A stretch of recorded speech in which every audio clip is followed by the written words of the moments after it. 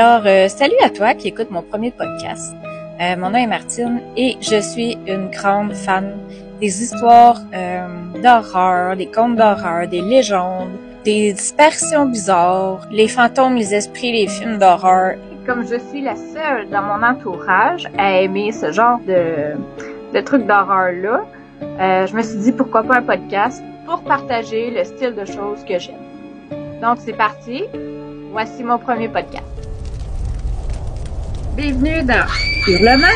Et oui, j'ai décidé de baptiser mon podcast Hurlement, le podcast où passé et mystère se mêlent pour vous faire frissonner. Aujourd'hui, on plonge dans l'histoire d'une femme aussi fascinante qu'effrayante, Elizabeth Bathory, surnommée la Comtesse Sanglante.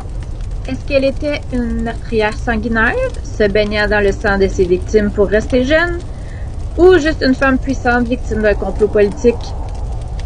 Dans ce podcast, je vais essayer de démêler le vrai du faux et explorer la légende qui l'entoure. Préparez-vous pour un voyage dans l'Europe du 16e siècle, où réalité et mythe se croisent dans l'ombre des châteaux. Qui était Elizabeth Bathory? Commençons par l'histoire documentée. Elizabeth Bathory naît en 1560 au cœur d'une des familles les plus influentes de Hongrie. Dès son plus jeune âge, elle montre des aptitudes impressionnantes. Elle parle plusieurs langues, maîtrise sciences et s'intéresse à la médecine, notamment aux remèdes à base de plantes. À l'âge de 15 ans, elle épouse Ferenc Nadasdy, un guerrier redouté surnommé le Chevalier Noir de Hongrie. Il s'installe dans le château de Kastis, un bâtiment austère perché sur une haute colline. Ici, on peut s'imaginer comme le château de Dracula, en haut de la montagne avec de la brume. Là. Alors, pour peindre son portrait, il y a des témoignages historiques puis des légendes qui s'accordent sur certains détails, mais son apparence reste en partie entourée de mystère. On dit qu'Élisabeth était une femme de grande beauté, ce qui, dans la noblesse de son époque, était souvent associé à la puissance et au charisme. Elle avait une chevelure abondante, décrite comme un brun foncé ou noir, parfois même teintée de reflets rougeâtres selon les sources. Ses cheveux étaient soigneusement coiffés, tressés ou relevés comme il convenait dans son rang. Son teint, lui, était d'une pâleur frappante, un idéal de beauté dans la Hongrie du 16e siècle, renforcé par les rumeurs selon lesquelles elle aurait utilisé des bains de sang pour préserver cette blancheur surnaturelle. Ses yeux étaient noirs ou marron très foncé, souvent décrits comme perçants, presque hypnotiques. Ses yeux auraient renforcé son aura intimidante, faisant d'elle une femme qu'on respectait autant qu'on craignait. Physiquement, on disait qu'elle était grande pour une femme de son époque, avec une stature droite puis impressionnante, reflétant son statut de noble. Sa démarche et sa posture étaient celles d'une femme de pouvoir, consciente de son influence et de sa place dans la société. Par contre, ce portrait de beauté est teinté d'ombre.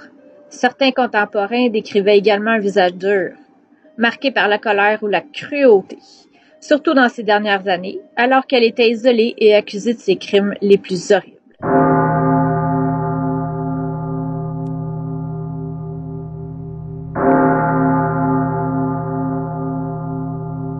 Après la mort de son mari, en 1604, Élisabeth se retrouve seule à gérer un immense domaine. Une position de pouvoir inhabituelle pour une femme à cette époque. Mais c'est aussi à ce moment que commencent à circuler des rumeurs très sombres. C'est alors que la légende de la Comtesse Sanglante prend vie.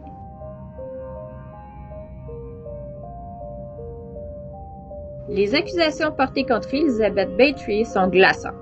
Elle aurait attiré des jeunes filles à son château sous prétexte de leur offrir du travail avant de les torturer et de les tuer. Selon certains témoignages, Elizabeth croyait que le sang des jeunes filles pouvait préserver sa jeunesse. Il y a des récits les plus extravagants qui parlent de baignoires remplies de sang humain. Donc, voici ce qu'un témoin anonyme aurait déclaré lors de son procès. « Je l'ai vue. Elle plongeait ses mains dans le sang, riant de son rire machiavélique. Les murs eux-mêmes étaient tachés de ce liquide sacrilège. » Bon, ici, âme sensible, peut-être moins écoutée. Ici, je vous raconte un peu ce qu'elle faisait comme cruauté aux jeunes filles qu'elle a enfermées dans son château. Dans le fond, elle aurait utilisé des instruments comme des pinces chauffées à blanc, des aiguilles pour transpercer les doigts de ses victimes, puis des flagellations jusqu'à ce que la chair se déchire. Il y a certaines jeunes filles qui auraient été privées de nourriture, forcées à rester nues dans le froid glacial de l'hiver, arrosées d'eau qui se transformait en glace sur leur peau, et c'est pas tout. Il y a des témoignages, en tout cas les plus sinistres, là, qui parlent de jeunes femmes suspendues par les poignets, leur sang récolté dans des bassines pour que le comtesse puisse s'en nourrir. Il y a des traces de morsures sur les corps mutilés qui laissent imaginer un niveau de barbarie difficile à concevoir. Hein? Pendant le procès, plus de 600 victimes sont évoquées, mais ce chiffre semble invraisemblable. Alors, qu'est-ce qui est vrai là-dedans?